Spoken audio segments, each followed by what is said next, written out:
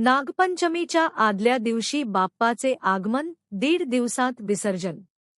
धामोरी गावची 150 ते 200 वर्षांची अनोखी परंपरा आजही अबाधित।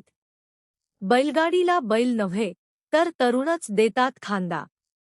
अमरावती, नागपंचमीला सर्वत्र नागाची पूजा केली जाते, मात्र अमरावती जिल्ह्यातील भातकुली तालुक्यातील धामोरी कसबा येथे तब्बल 150 ते 200 वर्षांपासून एक अनोखी गणपती परंपरा जपली जात आहे।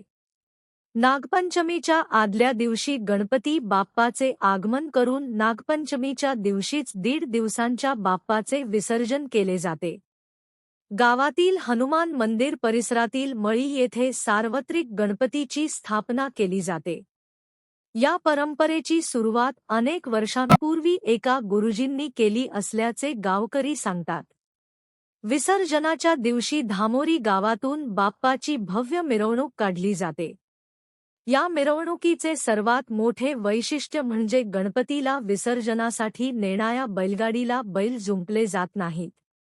गावातील तरुण मंडळीच बाप्पाची गाडी ओढत विसर्जनस्थळी घेऊन जातात।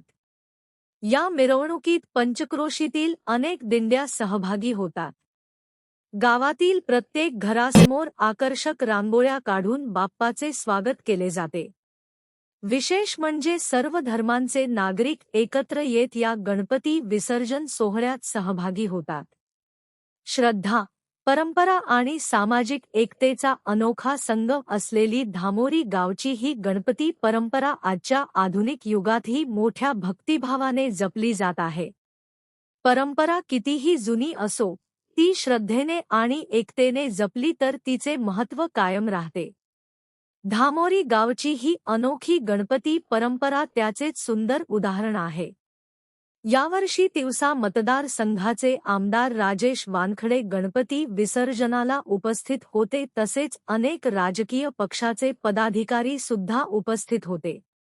आम्ही भिंतीच्या ज्या दिंड्या तत्कालीन होत्या त्या आसपर वापरतो। आम्ही कुठल्याही पद्धतीनं डिजिटल आसपर झालेलो नाहीये।